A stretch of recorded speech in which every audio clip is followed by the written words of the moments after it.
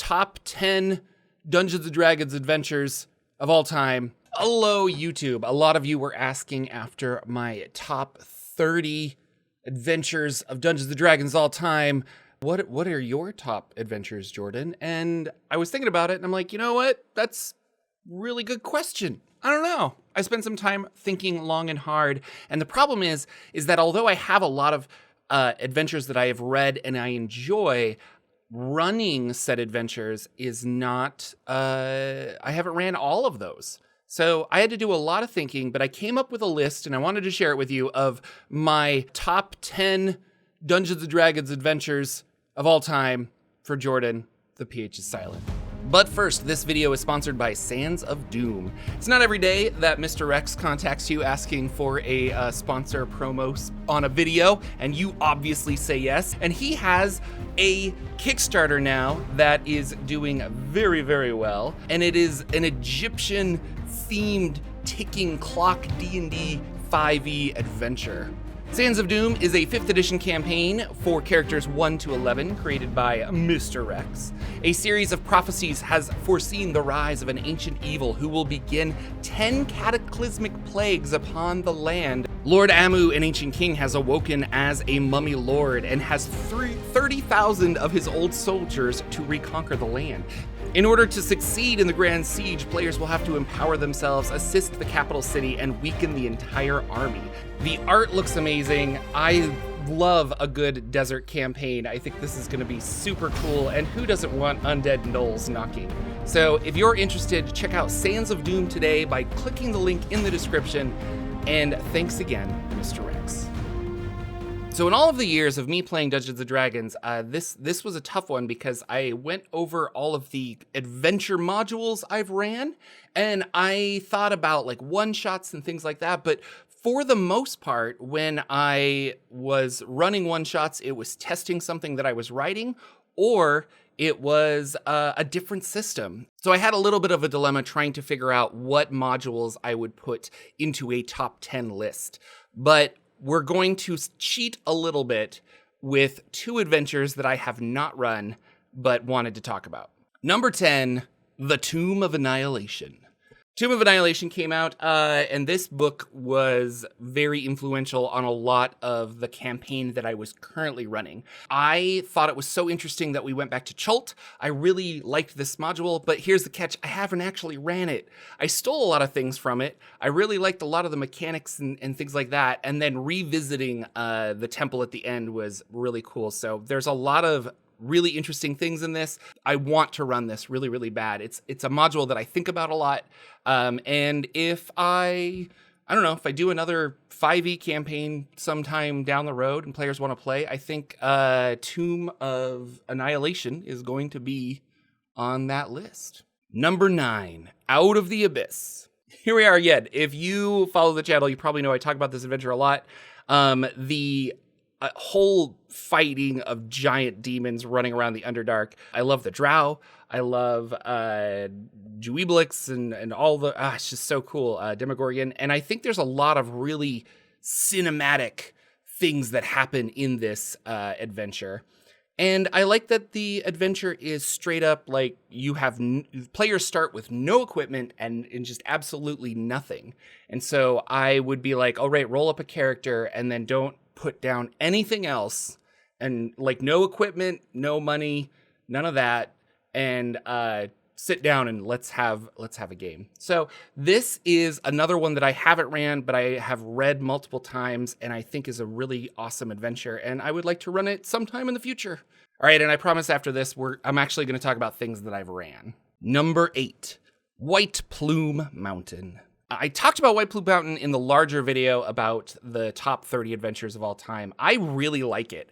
When Tales of the Yawning Portal came out, I bought it, flipped through it, and at that moment, my party was kind of slowing down, or my campaign was slowing down and it was coming to an end. And so when it did end, I said, this would be a great transition to start playing D&D again. Let's just make some new characters and run through some of these one-shots. And White Plume Mountain was one of them. And like, just the memories that I have. I'll throw up some old photos I took. Like, I didn't have a lot of minis and I had like a random thing, but I loved drawing the maps ahead of time. I got so excited for Dungeons and Dragons. And it was really unexpected for my players who had never experienced a funhouse dungeon. They more or less was just kind of adventuring in the stories that we were creating together. And then this was just straight up like, why is this here? So White Plume Mountain, I 100% recommend.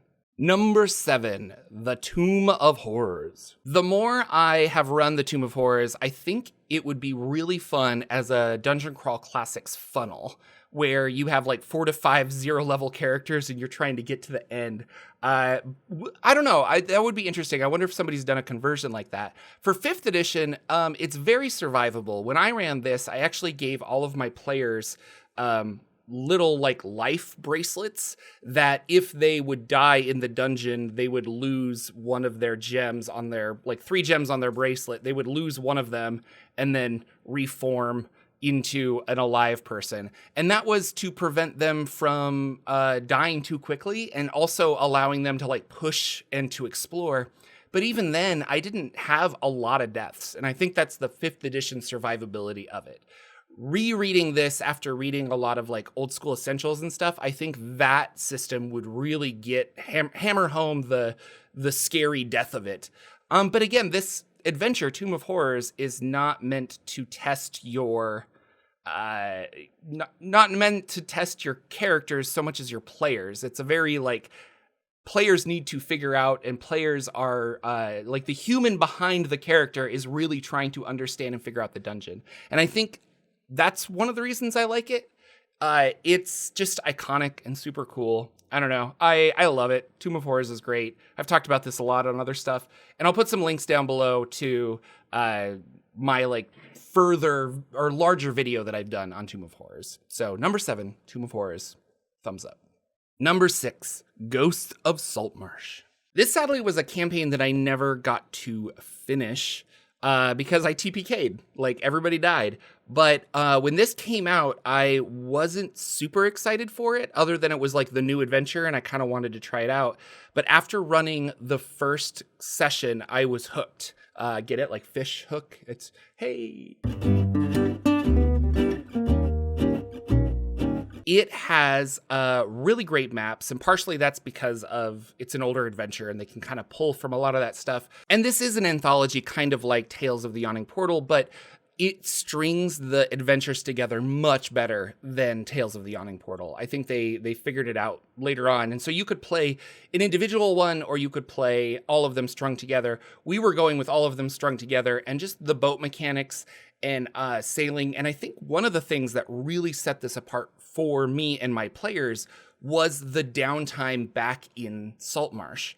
As our players would explore and stuff, they would have downtime, and we were using the new downtime mechanics that came out in Xanathar's Guide to Everything, and it was just a lot of fun. And so they're like, well, I want to go like pit fight for money, or I want to go do this, or I want to steal, or I want to carouse.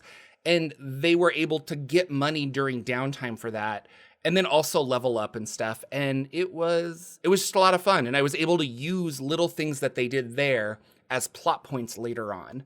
This adventure it really expanded how I felt about being a dungeon master and improvising more and not relying on the book, even though you're running like a pre-made adventure. It doesn't really make sense, but I feel like the random things that my players came up with and the fact that I was putting a lot of different plot points together in one adventure, it really tested my skills, and I want to say I came out on top because I think we had a lot of fun with this. And it was a TPK, and I have had a few TPKs in my lifetime, but this one was one of those where I really gave them every opportunity to try and like turn back and figure it out, and then they just walked headfirst into danger. But again, very memorable, and it's a quality adventure. And yeah, some of the updated art, just awesome. Number 5, Acquisitions Incorporated, The Orrery of the Wanderer. So you might be confused because this is one of those like adventures, but it's also kind of like a source book for Acquisitions Incorporated. Boy, these books are shiny. You can see everything. I'm sorry. There is a really fun adventure in here. And I don't know if it's like the best adventure ever. But if you are into Acquisitions Incorporated, all of the tongue-in-cheek jokes and stuff, I had more fun with this than I have had with a lot of other adventures. I got to play in this though. And that's the other thing. I'm going to bring this up. I didn't run this, but I played in this, and I would definitely run it for other people, but only if you're really a fan of Penny Arcade. That being said, I do like the Acquisitions Incorporated rules of building a base and stuff, and I wanted to incorporate some of that into other D&D games. I might not call it Acquisitions Incorporated, but I would call it something like, hey, do you want to have a franchise of this? And you get like a separate magic item that kind of levels with you, and I thought that was really cool. As far as the adventure, like I've been watching Penny Arcade back when they were playing, I should say I was watching Acquisitions Incorporated all the way back when they were still playing 4th edition. And with like Will Wheaton and Scott Kurtz as Binwin Bronzebottom and stuff. And so I have a lot of love in my heart for Jim Dark Magic and just those really, I don't know, there was just awesome characters and I loved it. And so to play in that world was super fun. And then to also play a game finally in the Forgotten Realms. I'll be honest, not a lot of people want to run Forgotten Realms stuff for me because they feel like, well, Jordan just knows too much. I don't want to run this and have him be like, actually, as much as I've ran games in the Forgotten Realms, I don't get to play in games in the Forgotten Realms. So this campaign has a special place in my heart for multiple reasons, and that is why it is number 5, because I love it a lot, and it's just fantastic. Number 4, Scarab of Death. This is a DM's Guild one-shot, and it's really, really good. And I've talked about this before on podcasts and things like that, but I am bringing it up now because I was thinking back to all of the adventures that I've ran, and this one instantly popped into my head. A Scarab of Death is a murder mystery for 10th level characters, and the murder mystery is allows the use of magic. The authors very carefully went through all of the spells that can figure out puzzles really quickly or figure out a mystery really quickly and incorporated those into the puzzle. So players are encouraged to use all of those cool magical things they have, like Speak with Dead or scrying and stuff like that. But they're all going to give you a piece of the puzzle. They're not going to actually solve it outright. And it's a really fun murder mystery. Like you walk into a market, somebody dies right there, and you have to figure out what happened. And it turns out that there's this scarab beetle thing that could potentially kill you. And a lot of people are saying it was stolen back and forth. And so who's at fault? Who actually murdered this person? Why can't they be raised again? Like all of that is really taken care of. It's a super fun adventure, and you can complete it in 4 to 6 hours. I think I've ran this I want to say 4 times for different people. And it's always like when we finish a campaign, we're about 8th or 9th level. And then I'm like, do you guys want to play Scarab of Death? Have you ever heard of that? Let's do that. And so it's just kind of a fun way to do a capstone adventure. Scarab of Death, really, really great. I love this adventure a lot. And it's only $4 on the DM's Guild. I'll put a link down below. You should check it out. Number 3, The Shadowfell, Gloomrot and Beyond. This is from my 4th edition days. This is a supplement kind of half/slash adventure called The Shadowfell, Gloomrot and Beyond. It was for 4th edition, and there's a city within the Shadowfell called Gloomrot. And this was a huge sandbox adventure for the city and the surrounding areas. And I love sandbox adventures. So the more that we're going to get into these last 3, we're going to talk a lot more about sandbox adventures. And so this one particularly, if you had your characters wind up in the Shadowfell, this has a lot of fun maps, mechanics, and everything. I'm trying to think of the word, factions that are in Gloomrot and the Shadowfell, and all of these weird magical things that are happening, and things with the Raven Queen and stuff. And you can take all of that and then put your characters in there and just be like, where do you want to go? And they start knocking on doors, they talk to people, events happen, and they have to react to it. And it's a big open playpen with, spooky evil vampires and stuff. And so my characters were kind of teleporting around dimensions and stuff, and they wound up in the Shadowfell. And I started on the edge, and they were making their way to Gloomrot. And when they finally got there, I ended up changing the Orcus character into Vecna. And we were going to have, instead of like Orcus running around the Shadowfell, I had Vecna be that villain, and the Raven Queen and him are at odds. And then the players ended up finding the hand of Vecna, and they were trying to figure out what to do with it. So it was just really fun. Like, I just have a lot of fun memories of this. I think it's really well written. And if you need information on the Shadowfell, this is your go-to, because we don't have a lot of information for 5e about it. And Gloomrot's a fun city to run around. Like, it's just big, it's cool. Like, they could, if they did something like this, well, if they did this Gloomrot for 5e, that would be cool. But similarly, Planescape has the Sigil, the City of Doors, and the 2e City of Doors is very similar to this, where you can walk anywhere and it's just a big sandbox, and there's not an actual narrative thread through all of it, but your players they start pulling on strings and they create the narrative. And I think that's the beauty of sandboxes. And the 2e Planescape City of Doors does that. I just haven't ran a lot of that, even though it's also very good, just not on this list. But I did run this, and I have had a lot of fun with it. There's a fun mechanic with despair and overcoming your despair that was kind of tied to 4th edition, but I made a hack of it to work for 5th edition. So if you get these despair points, then maybe your speed is halved until you can get rid of it, or maybe you have disadvantage on certain attacks or ability checks. But if you overcome it, then you're like super powered for the day. And it was a fun kind of mini game to play that really made the Shadowfell feel spooky and also feel like a different plane. Like, you're not just on Material Plane Plus, like you're in a different area, and it has different physics and different weights upon your soul. If you're interested in this, I did a deep dive on it and a 5th edition supplement that complements it very well, and I'll put links to that down below as well. Yeah, Gloomrot and Beyond, very, very cool. Number 2, The Dark of Hot Springs Island. This is kind of hard to see. Well, there we go. But yeah, it says The Dark of Hot Springs Island up here. This is a very cool sandbox. And it comes with an in-game not magic item, but an in-game item called a field guide to Hot Springs Island.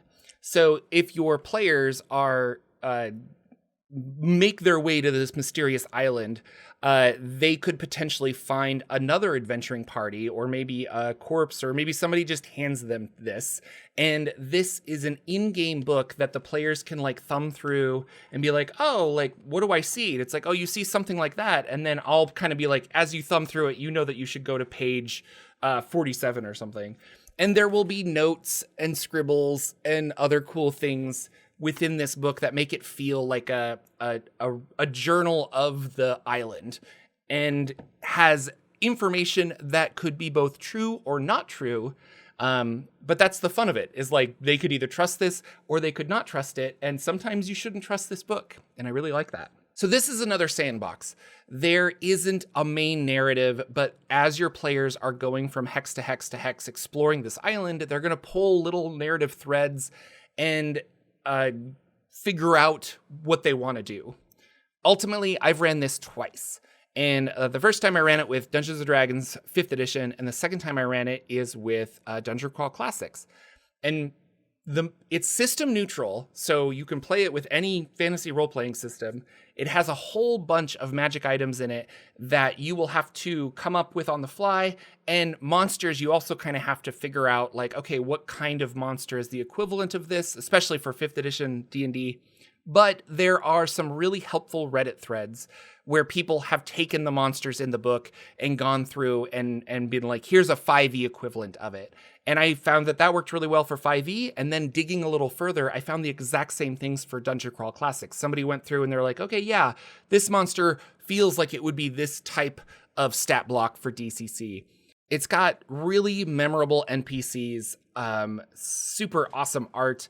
They just did a Kickstarter on this to do a second printing of it. So I imagine if whatever link I put down below, you can probably go out and find a copy of it now. Before that, I think it was almost all out of stock and whatnot, but totally worth it. The premise of it is there's just a really big invisible island and your players get there somehow.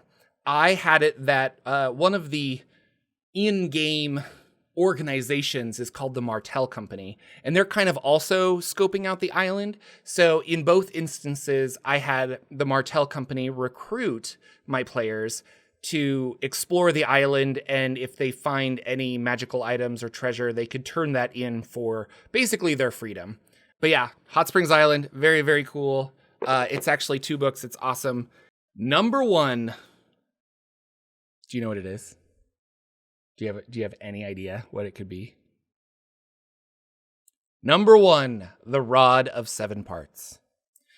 Sadly, this is a adventure I don't own the physical book for, and I feel like I should, but when I ran it online. And so I always had my PDFs open and I didn't really need it to be a physical thing, but this is a 2e adventure that I've always really enjoyed.